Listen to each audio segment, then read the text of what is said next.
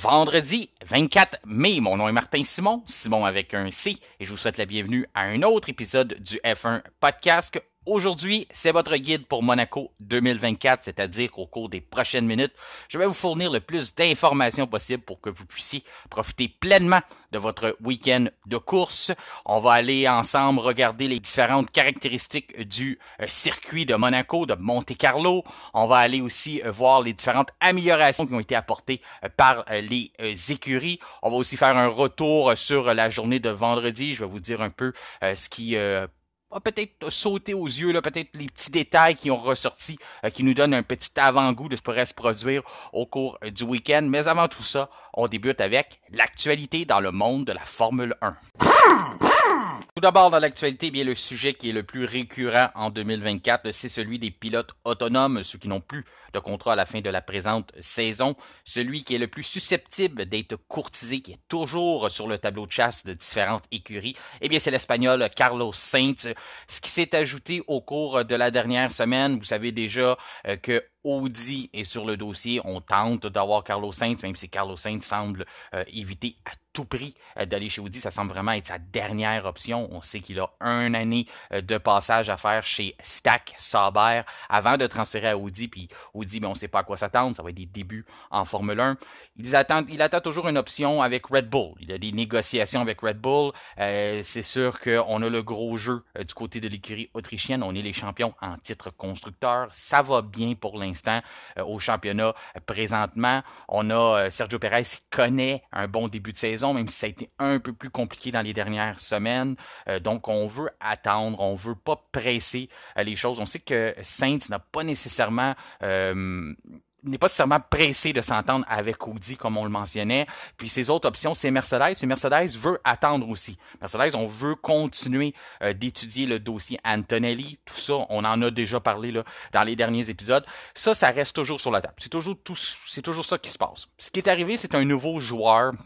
Il était peut-être là depuis le début, mais on n'en avait pas entendu parler. Il se faisait un peu discret. C'est du côté de Williams. Williams serait intéressé à mettre sous contrat Carlos Sainz. C'est sûr que ces écuries, là, qui connaissent peut-être un peu plus de difficultés dans les dernières saisons, ils voudraient tous avoir un Carlos Sainz. Mais c'est toujours, est-ce que c'est faisable? Est-ce que Carlos Sainz serait intéressé à venir dans une écurie comme Williams? Même si on a montré des belles choses au cours de la dernière saison, qu'on semblait être sur une évolution, ça a été plus compliqué depuis le début de la saison. On a de la misère à avoir un approvisionnement en pièces. On a eu de la misère à présenter notre voiture à temps pour la saison 2024, ce qui nous donne beaucoup de maux de tête là, depuis le début de la saison. Pourquoi que Williams pourrait être une bonne option pour Carlos Sainz? Eh bien, c'est qu'on voudrait lui offrir un contrat flexible. C'est-à-dire qu'on lui donnerait un an de contrat avec des options. Donc, ce qu'on dirait à Sainz, c'est qu'on te laisse le temps de venir avec nous l'année prochaine, d'étudier où est-ce qu'on s'en va, si notre projet s'en va dans la bonne direction. Et si oui, ben, tu vas pouvoir continuer. On va pouvoir continuer en 2026 et 2027. Donc, 3 ans total de contrat. Mais on te donne une année d'essai avec nous pour que tu puisses venir voir à l'interne notre sérieux. Ce qu'il n'a pas pour l'instant sur la table avec Audi. Audi, on lui offre 3 ans, mais on ne lui donne pas nécessairement une façon de sortir de ce contrat-là. Vous me direz qu'en Formule 1, il y a toujours manière de briser des contrats, toutes ces choses-là, mais c'est beaucoup plus ferme du côté d'Audi. Puis, la saison prochaine que Sainz serait chez Stack, comme on mentionnait, Sauber, ben, il n'y aurait pas vraiment le moyen d'étudier ce qui se passe chez Audi. Oui, il pourrait aller visiter à l'usine, voir ces choses-là, mais ce ne serait pas la même chose comme vraiment tester la performance d'un produit déjà chez Williams. Il aurait déjà son moteur Mercedes, même si le moteur va changer en 2026. Mais il pourrait plus voir un peu ce qui se passe, toutes ces choses-là, avoir vraiment plus une idée du projet qui se développe, puisque c'est la même entreprise qui va rester. Il n'aura pas un transfert avec Audi qui va arriver avec du nouveau personnel et tous ces trucs-là. Donc, il pourrait se laisser tenter là, vers ce côté-là. On sait que Sainz semblerait aussi attirer vers le moteur Mercedes, toutes ces choses-là. Donc, ça pourrait être tentant pour lui. On a James Vowles aussi qui mentionnait la semaine dernière, qui est le directeur de l'écurie Williams. Si vous ne le savez pas, ben oui, c'est James Vowles. Mais James Vowles lui mentionnait que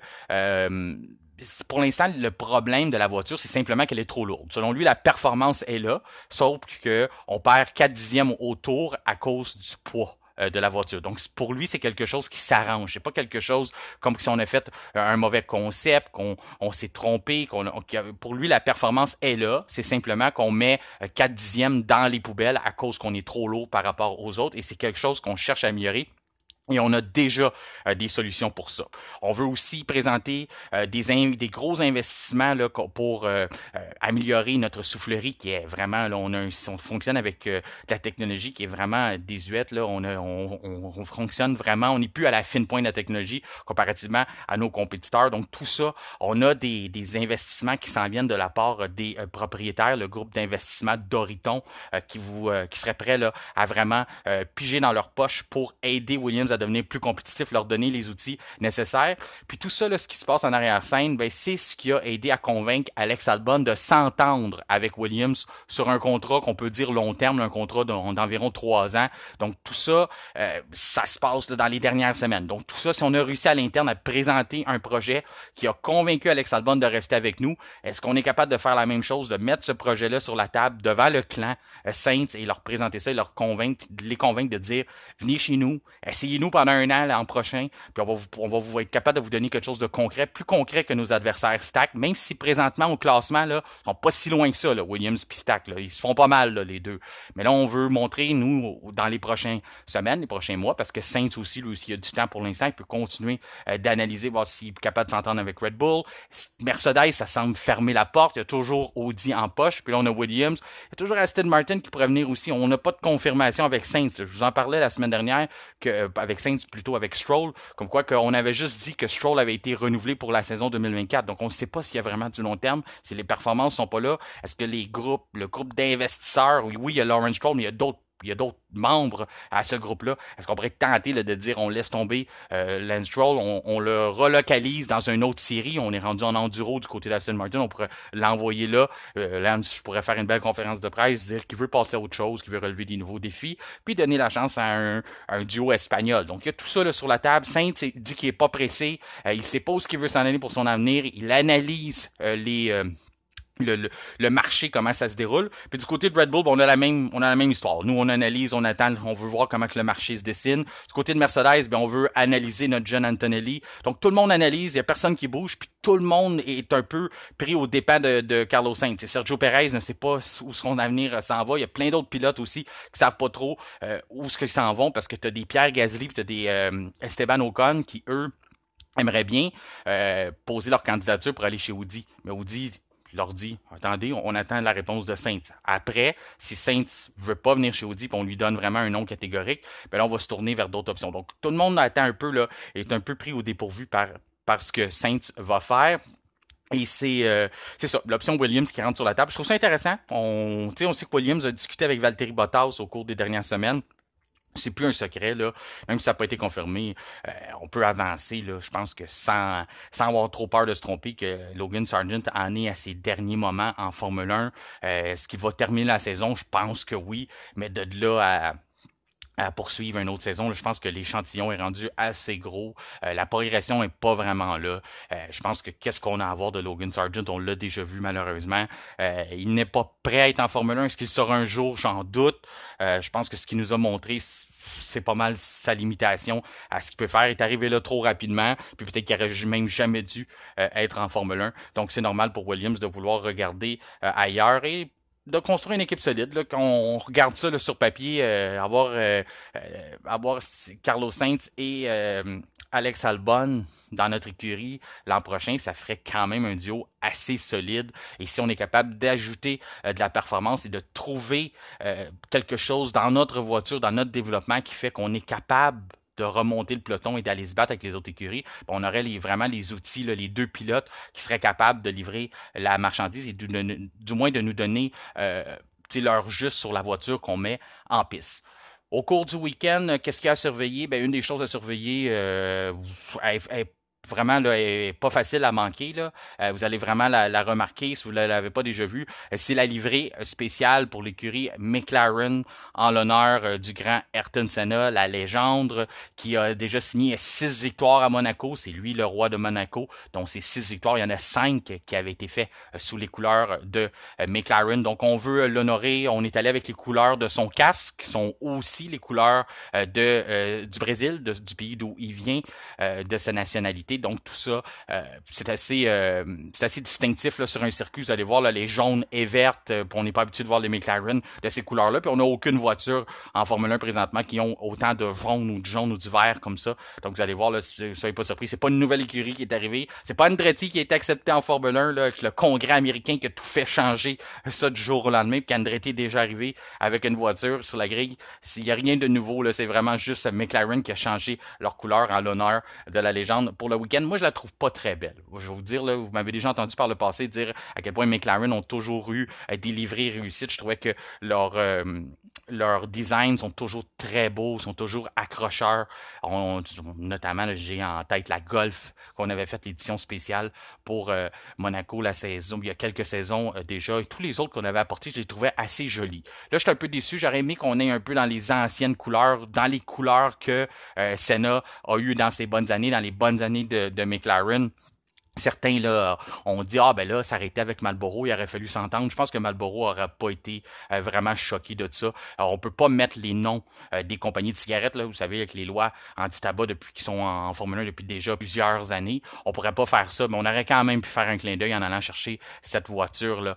Vous savez les couleurs iconiques là, du blanc mélangé avec le rouge, tout ça, ça aurait pu être très très beau. On aurait déjà compris que c'est ce qu'on veut faire. Puis en même temps, Marlboro ne serait pas offusqué à ça parce que ça aurait quand même passé un message que c'est nous, que c'est des couleurs qui ressemblent à nous. Donc, tout le monde, en voyant ces couleurs-là, aurait pensé à Marlboro. Ça aurait été une forme de publicité pour eux. Donc, j'aurais été vraiment surpris que de leur côté, on s'offusque à ça. On dit, oh non, non, on veut pas que vous utilisiez ces couleurs-là. Ça aurait été une publicité gratuite pour eux. Et tous les médias sociaux auraient sorti des photos avec la nouvelle et l'ancienne, une à côté de l'autre. Donc, on aurait vu Marlboro un peu partout déjà, qu'on la voit beaucoup là, quand on reparle des bons moments qui ont eu lieu à Monaco et toutes ces choses-là. Donc, cette hypothèse-là, pour moi, je la rejette. Là. Je pense qu'on aurait très bien pu aller avec les couleurs du temps et honorer Ayrton Senna avec les couleurs d'une voiture qu'il a déjà triomphé avec.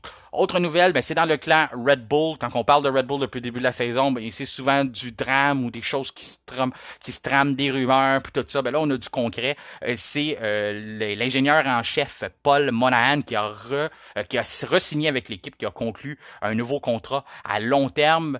Du côté de Red Bull, on veut sécuriser notre personnel clé qui est déjà en place avec le départ d'Adrian Newey. On a déjà fait ça il y a quelques semaines en donnant une prolongation de contrat au nouveau directeur technique, celui qui était supposément déjà directeur technique depuis un certain temps, en Pierre Vacher. Donc, on lui a consacré une prolongation de contrat. On fait la même chose avec Paul Monahan.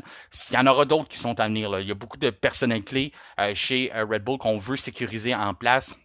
Il y a eu des rumeurs qu'il y aurait d'autres départs, que des personnes suivraient Adrian Newey. Ça a tout été démenti. Puis ça a été démenti par Red Bull. Puis on va être obligé d'y croire parce que ils nous ont dit non, Pierre Vacher s'en va nulle part, Paul Monahan s'en va nulle part, notre directeur sportif s'en va nulle part. Puis pour l'instant, c'est ça qui est en train de se passer. Ils signent des prolongations de contrat. Donc il n'y a pas une façon qui confirme mieux le fait qu'ils resteront à Milton Keynes pour plusieurs saisons, du moins les saisons à venir. Donc c'est toutes des bonnes nouvelles. On a des nouvelles voitures on a une nouvelle voiture à préparer pour 2026, donc de garder du personnel en place. On perd le grain de Newey, mais on s'en est capable de sécuriser le noyau. À ce moment-là, on a plus de chances de survivre cette perte-là du grand Newey. C'est ce qui conclut l'actualité pour cette semaine. Maintenant, passons à la journée de vendredi dans la principauté de Monte-Carlo.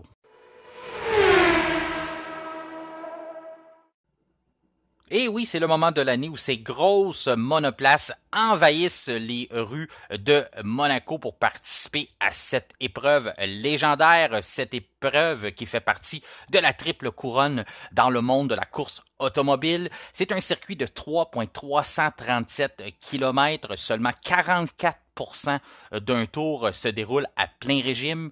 On a 19 virages, 11 vers la droite, malgré que des fois on peut penser que les voitures sont obligées de se promener au ralenti, même si quand les angles de caméra rapprochés nous montrent à quel point ils sont rapides entre les murs, ben sachez que les voitures vont quand même atteindre une vitesse de 293,5 km à l'heure. Et oui, il faut y faire. Là. Quand vous repensez à ça, là, coller sur les barrières avec aucune marge d'erreur, atteindre une vitesse de 293,5 km à l'heure, c'est pour ça qu'on les appelle des gladiateurs, même si les voitures sont rendues de plus en plus sécuritaires. C'est quand même assez affolant de penser qu'on peut atteindre ce genre de vitesse-là dans des rues aussi étroites avec des aussi grosses monoplaces. Monaco, c'est le seul endroit sur le calendrier du Grand Cirque qui brise un règlement fondamental de la Formule 1 qui stipule qu'une épreuve doit durer 305 km. Donc, normalement, c'est comme ça qu'on fait ça.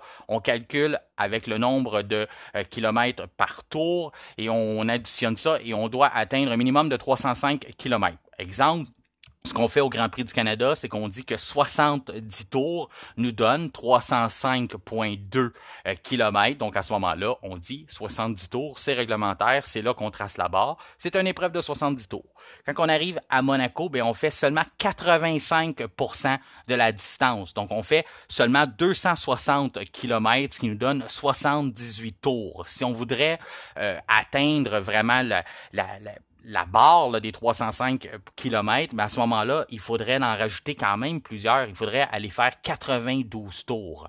Ce qu'on veut en Formule 1, c'est respecter la barre pour les télédiffuseurs. Normalement, on se tient dans des épreuves qui tournent aux alentours de 90 minutes. On peut toujours dépasser, surtout avec des drapeaux rouges, de la pluie, les intempéries. Normalement, on veut essayer d'aller aux alentours de 2 heures max, mais on a aussi une fenêtre qui nous permet d'aller jusqu'à 3 heures. On ne peut pas dépasser 3 heures sur une épreuve. Donc à ce moment-là, à Monaco, ben, on prend pas de risque, on essaie de se dire on va se laisser du temps, il peut arriver beaucoup de choses, il peut arriver des grosses neutralisations, comme on a vu par le passé, on peut avoir de la pluie, ces choses-là. Malgré tout ça, là, un Grand Prix à Monaco, là, à cause qu'on concède de ne pas respecter le règlement, de faire seulement 85% de la distance, de faire 260 km, 78 tours. On se tient toujours, là, s'il n'y a pas de neutralisation, normalement, on se tient dans une épreuve qui arrive en dessous des 1h30 pareil. Donc, on pourrait quand même réviser ça avec les années. Mais est-ce qu'on veut vraiment étirer cette course-là? Il y en a qui la trouvent déjà assez longue avec ses 78 tours. Est-ce qu'on veut vraiment étirer ça à 92 tours? Je pense pas. Donc, on donne ce laisser-passer-là. C'est un droit acquis à travers les années. Donc, c'est pour ça qu'il y a autant de tours, mais même à ça, même si on a autant de tours, c'est le circuit, c'est l'emplacement où ce qu'on en a le plus, mais qu'on a quand même, on respecte quand même pas le règlement du kilométrage minimum. En plus de ça, qu'est-ce qu'on peut surveiller pour le week-end? Comme à tous les vendredis, lors des épisodes, votre guide, qu'on vous donne les informations nécessaires pour que vous puissiez profiter pleinement de votre week-end de course, on vous donne les améliorations. Cette semaine-ci, c'est un peu plus compliqué parce que les 10 écuries ont apporté des améliorations, mais c'est des améliorations qui sont beaucoup plus spécifiques pour les caractéristiques du circuit. Ça, vous allez voir ça au cours de la saison, c'est qu'on apporte quelques petits changements à la monoplace, mais c'est simplement pour faciliter la familiarisation avec le circuit. Donc, c'est ce qu'on fait au cours du week-end. C'est pour ça que vous voyez que tous les écuries ont apporté des configurations différentes, des petits changements. Normalement, c'est préparé à l'usine. On le sait d'avance que pour Monaco, c'est ce qu'on veut emmener. Il y a quand même quelques écuries, là, quand même plusieurs, qui ont apporté un petit peu plus que le matériel nécessaire pour les caractéristiques du circuit. On parle notamment de Red Bull, Mercedes, Williams, Racing Bulls, As, Stack, Aston Martin, qui ont fait là, quelques petits ajustements à leur voiture. Rien de majeur, là, comme on a pu voir avec McLaren à Miami ou avec Ferrari au dernier Grand Prix à Imola la semaine dernière. C'est beaucoup plus discret comme amélioration, mais c'est vraiment qu'on essaie de faufiner la touche un peu. Là. Red Bull, on a modifié un peu les côtés de notre aileron avant, nos côtés du devant de la voiture. Donc, on a modifié un petit peu ça, mais c'est très discret. Même chose pour Mercedes. Mais enfin, Aston Martin, on en avait fait un petit peu plus, mais c'est toujours là, dans la même lignée que ce qu'on avait apporté au cours des derniers Grands Prix. On avait eu de la difficulté, là. On en avait parlé notamment là, dans les derniers épisodes, que c'est toujours le cas avec Aston Martin depuis la saison dernière. souvent, lorsqu'on apporte des améliorations à la voiture, on semble mettre beaucoup de temps à comprendre ce qu'on a sous la main, à essayer d'extraire, trouver la fenêtre de performance, essayer de vraiment transformer ça en une amélioration. Des fois, ça semble plutôt un pas en arrière qu'un pas en avant. Donc, tout ça, là, c'est qu'il y a vraiment une discorde entre ce qu'on a sur les simulateurs et ce qu'on est capable de voir en réalité. C'est la même chose du côté de Mercedes. Depuis le début de la saison, c'est ce qu'on nous mentionne, que ce qu'on voit sur les simulateurs, c'est pas ce qu'on voit en piste. Mais là, ce qu'on a apporté à Imola, on dit qu'on a eu des bons résultats, puis on a voulu continuer dans cette lignée-là. On veut rien changer de gros du côté de Mercedes, parce que comme Toto Wolff avait mentionné, on veut vraiment comprendre notre voiture. On ne la comprend pas encore depuis le début de la saison, donc faire des trop gros changements pourrait juste là ajouter à cette incompréhension-là et venir nous mêler encore plus. Donc, on veut y aller étape par étape, puis on veut faire des petits changements sur des choses qu'on a vraiment identifiées comme étant problématique. Donc Mercedes, même chose, on continue sur la même lignée, on essaie de développer. On a porté un aileron qui est assez spécial, là. On a changé un peu notre philosophie, on a changé le milieu de l'aileron. On en a porté seulement un. On a un aileron comme ça pour tout le week-end. Monaco, une place où un aileron peut avoir une durée de vie très limitée. Il suffit de prendre un mauvais virage, de mal évaluer un vibreur et cet aileron-là est rendu, fait partie du passé et n'est plus qu'un bon souvenir. Eh bien, c'est pour ça qu'on est un peu craintif avec ça. On en a seulement un aileron. On l'a donné à George Russell. C'est pas parce qu'on veut défavoriser Lewis Hamilton parce qu'il s'en va chez Ferrari. Il n'y a pas de scénario à se faire là-dessus, de conspiration, toutes ces choses-là. C'est Lewis Hamilton qui est allé d'un consensus avec son coéquipier George Russell et lui ne la voulait pas, l'aileron. Justement, à cause de ce que je viens de vous expliquer, c'est tellement facile d'endommager ça. Et à ce moment-là, comme l'aileron avant vient changer toute la configuration de votre voiture. Donc, je vous donne une mise en situation. Demain, pendant les séances de qualification, George Russell accroche son aileron avant. On est en situation de parc fermé parce que la qualification est commencée. Donc, à ce moment-là, si on est obligé de mettre l'autre aileron, de mettre l'ancienne aileron, et là, toute la configuration de la voiture qu'on va avoir faite en conséquence au nouvel aileron, bien là, tout ça pourrait devenir bouleversé. Est-ce que ça va être gros? Est-ce que c'est assez pour tout chambarder un Grand Prix? On ne le sait pas, c'est du nouveau. Mais Lewis Hamilton n'a pas voulu prendre ce risque-là. Lui a dit non, donnez-lui la nouvelle, moi je vais garder l'ancienne configuration, je vais continuer à travailler là-dessus. Et quand on aura plus de pièces, à ce moment-là, on viendra les fixer à ma voiture, la voiture numéro 44. Eh bien, ça, c'est pour les améliorations du week-end. Dans la journée de vendredi, première chose, vous savez, moi je dis toujours, on est 100% Formule 1, on parle de Formule 1, on parle des jeunes qui s'en viennent, bien sûr, il y a la F2 et ces choses-là, mais normalement on se concentre seulement là-dessus. Mais aujourd'hui, je vais faire une petite exception, là, je vais vous parler de la F2 parce que ça a retenu l'attention dans la journée. C'est la collision qui aurait pu arriver, là, qui aurait pu être catastrophique. On pourrait parler là vraiment sur un autre ton si ça n'avait pas été des réflexes hyper aiguisés de Isaac Hadjar qui a évité là, dans le tunnel une collision avec Ritomo Miyata. Ça aurait pu vraiment être catastrophique. Si vous ne l'avez pas vu, là, c'est disponible partout sur les réseaux sociaux. Je pense que ça doit être déjà venu à votre attention. Ou sinon, vous allez le revoir, c'est sûr, au cours du week-end. Vous pouvez même m'envoyer un message là, si vous n'avez pas où le trouver, je vous enverrai l'extrait en question. C'est qu'à l'entrée du tunnel à Monaco, là, vous savez, là, pas loin du casino, là, quand on arrive là, on rentre dans le tunnel, on tombe à la noirceur, il y a un ajustement qui doit se faire avec nos yeux, parce qu'à ce moment-là, vous savez, là, comme dans tous les tunnels, la vie de tous les jours, quand on en prend un, il y a toujours le petit ajustement qu'on doit faire avec les yeux. À l'entrée du tunnel, quand il arrive à toute vitesse, il rentre, après ça, il s'en va vers la courbe pour aller vers la sortie. Dans cette courbe-là, à l'entrée du virage, se trouvait Miyata qui avait eu des problèmes avec sa voiture. Il y avait quand même le signaleur qui clignotait là, le panneau là, LED là, qui envoie une information pilote comme quoi il y a un danger, mais c'était quasiment égal à la voiture. Donc, il a pu prendre connaissance de ce clignotant-là au même moment qu'il a pris connaissance que la voiture était en piste dans sa trajectoire de course. Il a réussi à l'éviter là, de peine et de misère, vraiment là, de justesse. Écoute, je vous en parle, j'en ai encore des frissons, à quel point ça l'a passé proche, cette collision-là. Vraiment un chapeau au pilote Red Bull qui est dans l'académie Red Bull Hadjar pour avoir réagi comme ça. C'est là qu'on voit là, que c'est vraiment c'est des phénomènes, ces pilotes-là. La plupart là, des personnes là, qui pensent qu'ils pourraient courir en Formule 1 puis qui regardent ça à la TV et qui disent c'est facile, auraient probablement frapper le mur ou tout simplement rentrer en contact avec la voiture de Miyata.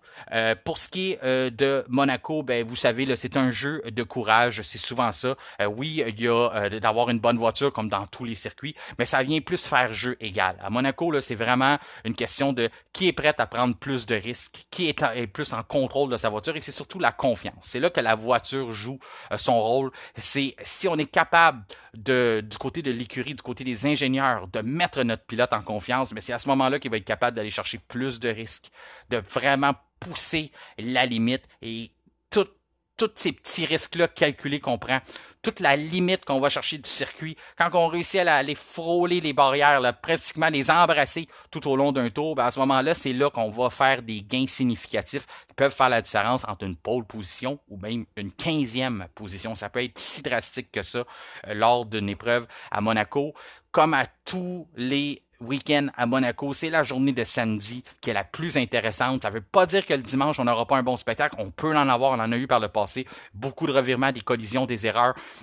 Comme Daniel Ricciardo en 2018, son moteur est en train de lâcher, mais il continue, il persiste pour garder sa position de tête et remporter quand même le Grand Prix devant Sébastien Vettel. On en a eu des bonnes épreuves là, à Monaco, donc c'est arrivé. Ça ne veut pas dire que le dimanche va être plate, mais le samedi, c'est la grosse journée. C'est là que tout joue. C'est normalement la qualification la plus intéressante du calendrier. C'est là qu'on a le meilleur spectacle parce que ça se joue justement tellement à jeu égal, tellement un jeu d'erreur, tellement un jeu de risque qu'à ce moment-là, ben c'est ça, tout peut arriver. Et juste l'année passée, là, à titre d'exemple, on a eu Fernando Alonso et Esteban Ocon, je pense, dans les 3 premiers. Puis ça n'est fallu de peu, là, à part un 3e secteur magique de Max Verstappen, ça aurait été probablement de mémoire, c'est Alonso qui aurait eu la pole. Je pense qu'Esteban Ocon aurait été peut-être 2e ou 3e, mais c'était vraiment de justesse. Là, on a joué ça. Ça s'est joué à la dernière minute, au dernier secteur de la séance de qualification en Q3. C'est là que ça s'est joué. Ça avait vraiment donné un très bon spectacle. À part de ça, il y a Leclerc qui aimerait bien monter sur un podium pour une première fois en carrière. Lui qui a été couvert de malchance. C'est pas les pôles qui lui manquent là-bas. Il a eu toutes les occasions de même gagner, mais n'a même pas réussi à monter sur le podium chez lui. Toujours de la malchance. Il semble être le favori pour l'instant pour le week-end. Du moins, c'est ce qu'on a vu lors des séances d'essai libre. La première séance d'essai libre, comme je vous dis toujours, on la met aux poubelles. À Monaco, c'est encore plus vrai parce que c'est une piste qui évolue beaucoup. Pourquoi elle évolue beaucoup? Ben, vous le savez, c'est parce que c'est pas un circuit. Normalement, c'est des routes. Donc, on n'a pas de gomme. Donc, on a besoin d'avoir des voitures qui roulent avec ces gommes Pirelli-là qui viennent étendre de l'adhérence partout. Et c'est à ce moment-là qu'on va commencer à avoir des temps compétitifs, des temps qui sont beaucoup plus significatifs à ce qu'on va voir lors des séances de qualification. Ben, c'est ce qu'on avait vendredi matin. On n'avait pas de gomme. C'était le temps de nettoyer la piste. Ensuite, on a eu les Formule 2 qui sont rentrés en piste. Et là, lors de la 2e séance d'essai libre, celle de l'après-midi, c'est là qu'on pouvait plus commencer là, à tirer peut-être des conclusions de ce qu'on pourrait avoir lors du week-end. Je vous dis quand même que pendant la séance 1, celle qui est la moins significative, c'est Lewis Hamilton qui a été le plus rapide. Donc, on voit quand même une amélioration pour les Mercedes. On s'emballe pas trop parce qu'on a vu déjà des petits flashs comme ça au cours de la saison. Même au cours des essais à Bahreïn, on avait vu la dernière journée, on pensait que, est-ce que Mercedes est compétitif cette année? Finalement, ça a été tout le contraire quand ça a commencé à compter. Ça a été un peu ça cette année. On a eu, comme je vous dis, des petits éclairs de performance. Puis finalement, ça s'est éteint. Donc, ça reste à voir demain. Est-ce que Mercedes va être capable de traduire ça? Parce qu'on a été très bon dans la 2e séance aussi. Comme je vous disais, Leclerc est favori. Et c'est lui qui le maîtrise mieux, ce circuit-là. Il est à l'aise chez eux, il prend énormément de risques. Leclerc, sur les circuits urbains, il réussit toujours à aller chercher très rapidement la limite du circuit. Il est très courageux, très téméraire au volant. Il a énormément de talent, Charles Leclerc. Je le dis souvent ici sur le podcast à quel point que selon moi, il est possiblement le meilleur pilote en qualification, au moins le 2e avec Max Verstappen. Donc, c'est toujours ça là, qui nous a prouvé, du moins dans les séances d'essai libre, il a été, la 2e séance d'essai libre, il a été très rapide. C'est lui qui a signé le meilleur temps devant Hamilton, Alonso, 3e, Verstappen, 4e. Red Bull, là, copié-collé de Imola. On a tous les problèmes du monde. On se plaint. On n'est pas confortable à bord des voitures. La voiture saute beaucoup. Quand on parle de sauter, c'est pas du marsouinage, c'est simplement que la voiture, lorsqu'on frappe les vibreurs ou on prend des bosses, Elle saute comme un kangourou. La suspension est trop rigide. Max Verstappen semblait un peu découragé après la journée, disait qu'il n'y a pas grand-chose à faire à corriger. On ne doit pas s'attendre à un miracle comme à Imola, quand même qu'on fait du simulateur toute la nuit. C'est le concept de la voiture qui est fait comme ça. C'est la suspension de la RB20 qui fait qu'on n'a pas vraiment d'option là-dessus. Elle nous rend de fiers services partout sur le calendrier, mais là, on vient d'identifier que sur des circuits à virage très lents, comme on avait vu à Singapour l'année passée avec la RB19, ben là, à Monaco, même si on s'en était bien tiré par le passé, là, on semble avoir de la difficulté. La voiture saute un peu. On ne sait pas où qu'on s'en va parce que c'est ça qui arrive avec Verstappen, comme il mentionnait. Moi, je prends une bosse quelque part, la voiture saute, s'en va vers la droite, puis moi, j'essaie de contrôler un peu avec ça. Donc, quand je vous parlais tantôt qu'on a besoin d'énormément de confiance, si la voiture devient imprévisible, à ce moment-là, on ne peut pas avoir cette confiance-là. Donc, Verstappen va être vraiment obligé d'utiliser tout son talent demain. Est-ce qu'on le compte pour battu, puis est-ce qu'on dit déjà que Red Bull c'est terminé pour le week-end? Je pense pas. Je pense qu'on sait mieux que ça. On a appris plus que ça au cours des dernières saisons, même depuis que Red Bull est en Formule 1, comme quoi il ne faut jamais les compter pour battu. C'est une équipe qui travaille très fort. Même chose pour Max Verstappen. Je pense qu'il va nous démontrer tout son talent, tout son courage, sauf qu'il y a des certaines limites qui s'imposent à ça. Si la voiture est trop imprévisible, surtout à Monaco, on ne peut pas prendre autant de risques. Et c'est un circuit qui vient toujours faire jeu égal autant pour les pilotes. C'est vraiment un circuit qui donne la chance aux pilotes de faire la différence, mais c'est aussi un circuit qui vient faire jeu égal avec les voitures parce que on l'a vu, Williams connaissait des bonnes séances d'essai libre aujourd'hui parce que justement, c'est un circuit comme ça.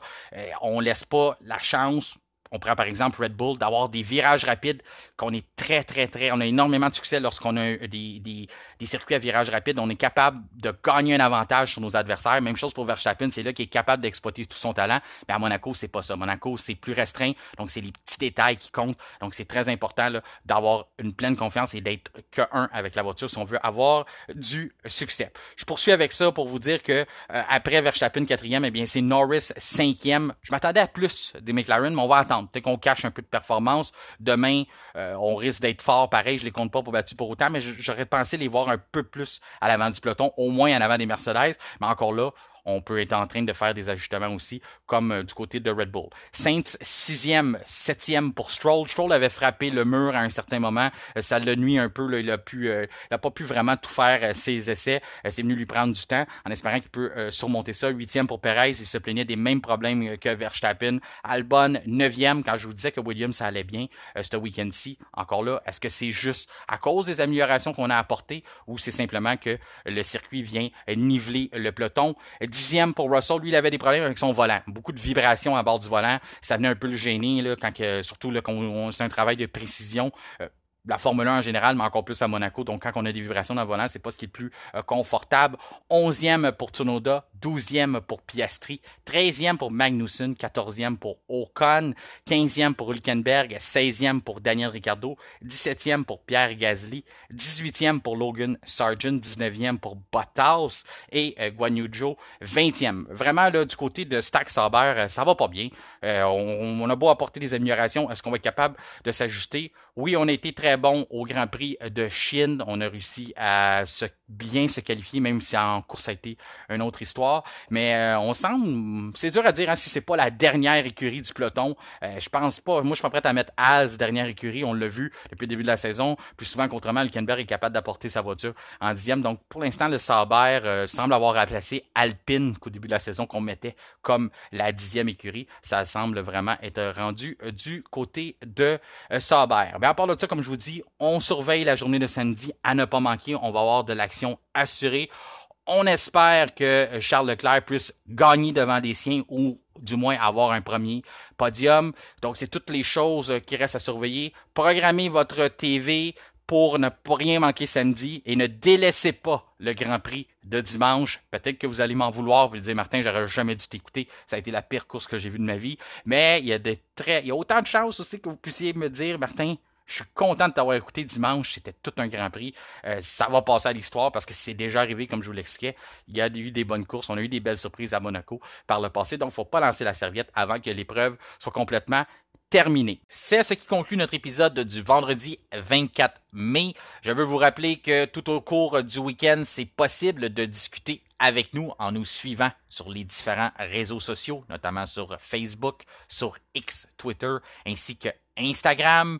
Faites sûr aussi de nous suivre sur Spotify, d'appuyer sur la petite cloche afin de recevoir des notifications lors de la publication des nouveaux épisodes. Notre prochain rendez-vous sera lundi. D'ici là, eh bien, je vous remercie de faire confiance à F1 Podcast. Mon nom est Martin Simon, Simon avec un C, et je vous souhaite un excellent week-end de course.